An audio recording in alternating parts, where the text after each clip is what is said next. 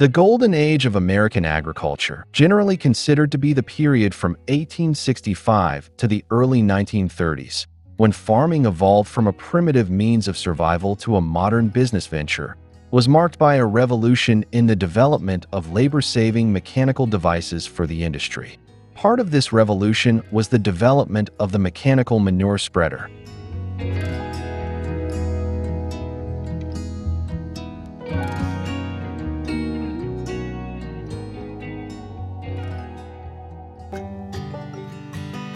Early farms fertilized their fields with animal excrement, usually mixed with straw for bedding, a mixture called manure.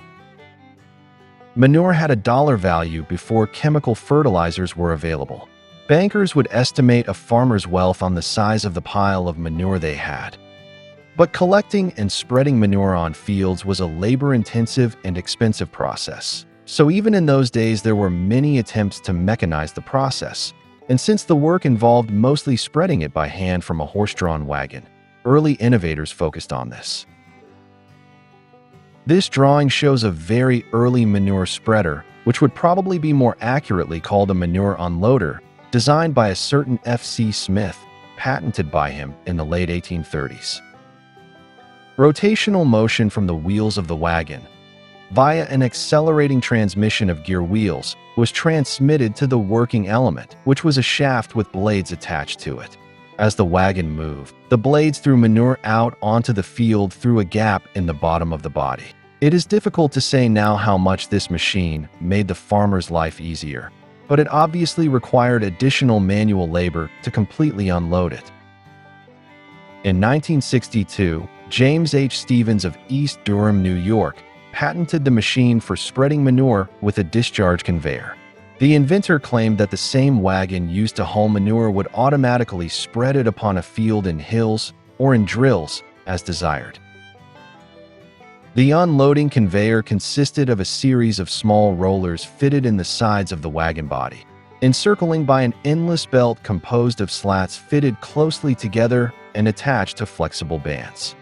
The conveyor was driven by being pulled by a cable wound onto a winch. The winch consisted of a shaft with a pulley on one side, mounted in the sides of the wagon body. This winch received motion from the wagon wheel through the medium of a band, passing over the pulley on the said shaft and around the hub of the wheel.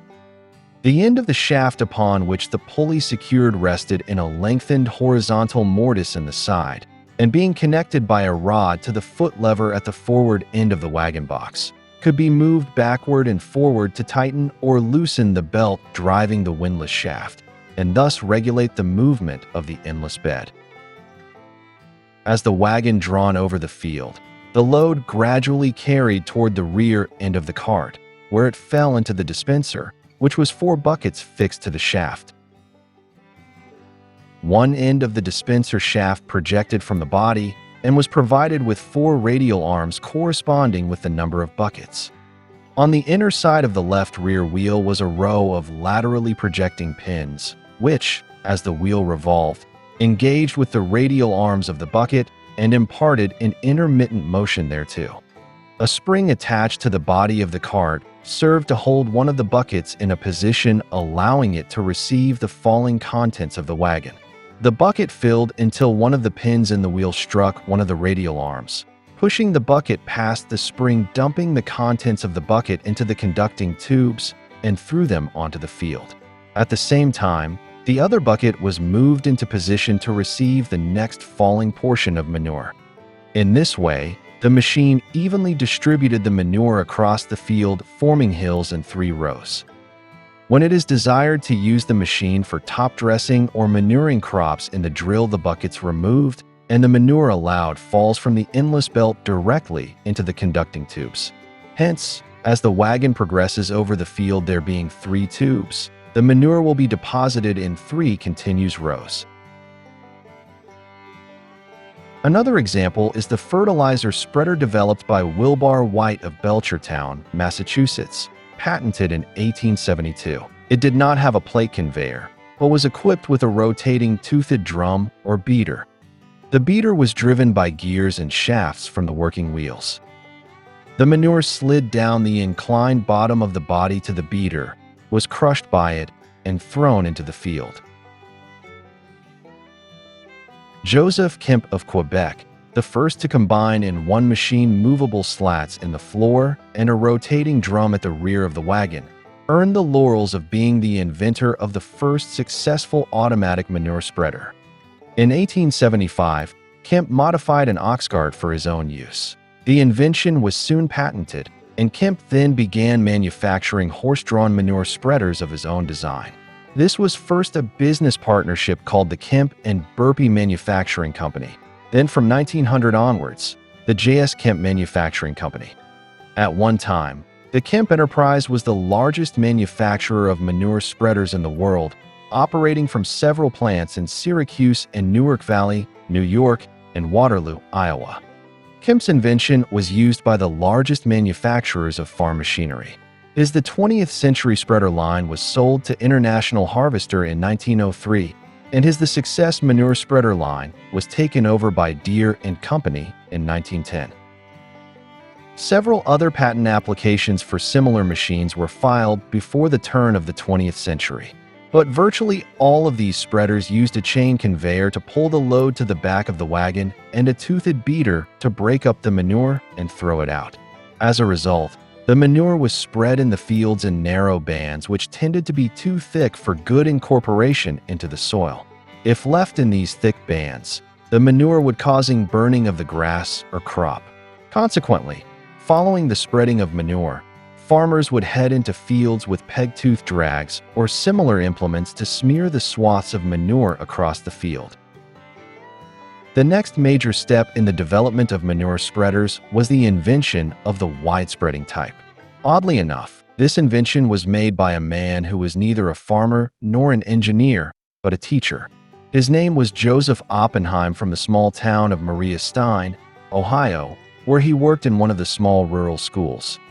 Oppenheim was concerned that children often skipped school to help their parents in the fields spreading manure. Fertilizing fields with manure was such a labor-intensive and time-consuming process those local farmers involved family members, including older children, to help. Oppenheim set himself the goal of somehow improving the process of spreading manure in order to free schoolchildren from work.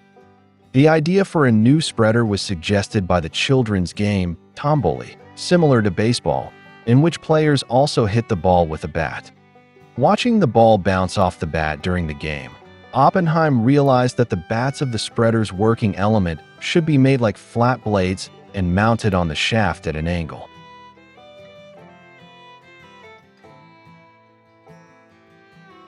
Then the manure would fly far to the sides when the beater struck. After several tests of the experimental model, the inventor concluded that such a beater could be used in real manure spreaders and patented his new idea in 1900. Oppenheim left teaching and opened a small production of manure spreaders of his own design in Marie Stein, which he called New Idea.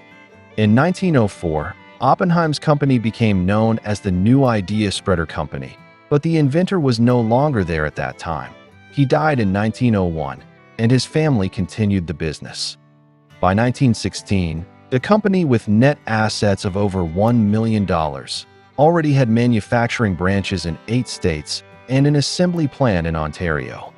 The New Idea had a successful history of producing not only manure spreaders, but other farm equipment as well, but in 1945 it began selling off its assets, ceasing production completely by the end of the 20th century, almost 100 years after Joseph Oppenheim patented his invention.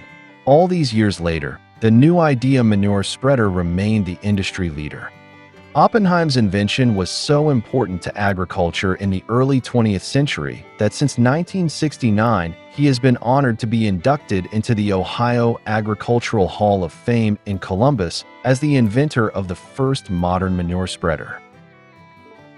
Thus was born the manure spreader, which after many improvements, is still widely used today. Such is the merit of its early inventors for its appearance, especially Kemp and Oppenheim. These two gentlemen, by creating practical manure spreaders, actually changed the world. Thanks to them, farmers were able to work in the fields more efficiently, women to do housework and young men to receive more schooling. Kudos to them.